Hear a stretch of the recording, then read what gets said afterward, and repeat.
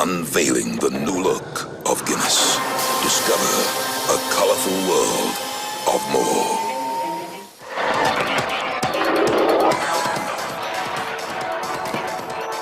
Welcome to Sports News. 71 countries have stormed Glasgow in Scotland for the 20th edition of the Commonwealth Games, scheduled to begin on Wednesday, July the 23rd. It will be the largest multi-sport event ever held in Scotland, with over 4,500 competing athletes across 17 different sports. Team Nigeria will be represented by 127 athletes and will compete for silverware in 7 sports. Well, the sports are athletics, boxing, table tennis, shooting, weightlifting, wrestling and para-sports. Nigeria will be looking to surpass the achievement of the 2010 edition held in New Delhi, India, where it ended the Games with 11 gold, 10 bronze and 7 silver medals. Brazil have named former player Carlos Dunga as their new coach for a second stint on the job. Dunga was the captain of Brazil's 1994 World Cup winning team and coached the national team from 2006 to 2010. The 50-year-old replaces Luis Felipe Scolari, who resigned after the 2014 World Cup owing to a shocking 7-1 loss to Germany in the semi-final. Coach Dunga was in charge at the 2010 World Cup in South Africa when Brazil were knocked out in the quarterfinals by runners-up Holland.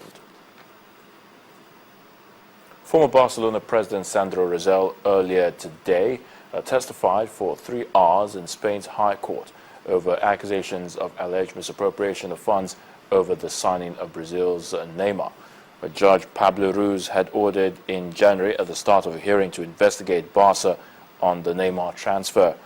The Brazilian was paraded as a €57.1 million signing from Santos, but the precise details of the contract weren't revealed at the time due to a confidentiality agreement.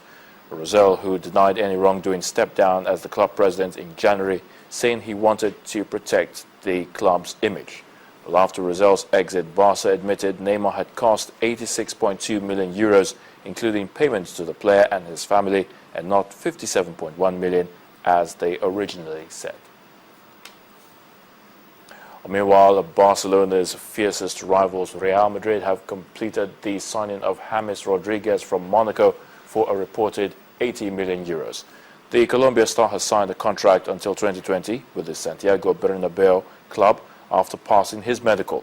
Rodriguez shone like a million stars at the World Cup in Brazil, topping the scorers chart with 6 goals, as well as bagging the goal of the tournament award for his stunning effort against Uruguay. Well, he becomes Madrid's second signing after Germany's Toni Kroos joined from Bayern Munich last week.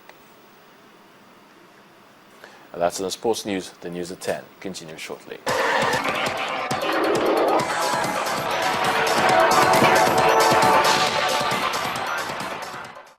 Unveiling the new look of Guinness. Discover a colorful world of more. Over now to the foreign scene. The United States and European airlines have today suspended flights to Israel's airport after a rocket landed 1 mile away. The U.S. Federal Aviation Administration ordered 3 U.S. carriers that fly to Israel, that's Delta, United and U.S. Airways, to halt flights for 24 hours. Europe's aviation regulator is also urging airlines not to fly to Tel Aviv. The suspension prompted Israeli Prime Minister Benjamin Netanyahu to ask the U.S. to renew flights to Israel.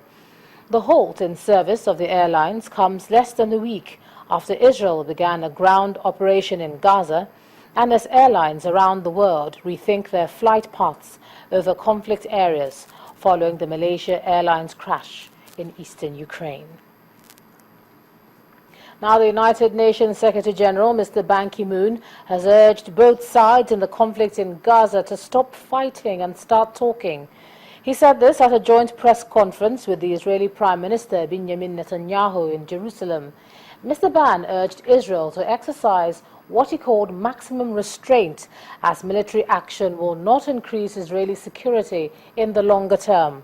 He also urged the Palestinians to pursue a policy of no violence, recognize the Israeli state and respect previous agreements.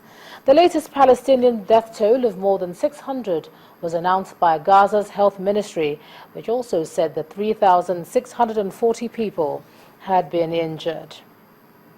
Well, now here's VOA's Scott Robb in Jerusalem, and he tells us that the rising number of casualties has done nothing to convince either side to step back from the offensive, especially as Hamas has been using civilian populations as human shields. 100 Palestinians dead, many of them civilians, quite a few of them children, and there are militants that have been killed, but if you contrast it, of the 29 Israelis killed in the 15 days so far, 27 have been soldiers, all killed during the ground operation, and 2 were civilians. So whereas the Israelis have this great Iron Dome missile defense and a strong defense on the ground, the Palestinians are relatively unprotected, at least the civilians. So it does, from many people's point of view, look like a David and Goliath type of battle. The Israelis point out and like to emphasize that the Palestinians are using what they call human shields, and that this is not a fair way to wage war. So it is a very difficult moral issue, and there are moral issues on both sides, and these come to the fore and are heatedly debated in times like this. For Channels TV, Scott Bobb, VOA News, Jerusalem. Thanks a lot there, Scott. And the main news again. President Goodluck Jonathan has given parents of the girls abducted by Boko Haram in Chibok, Borno State, the assurance that the federal government will spare no effort in securing the release of the students. Well, that's the news at 10 tonight. Thanks a lot for staying with us. Focus on Africa is up next. I'm Ijoma Bunyato. Good night.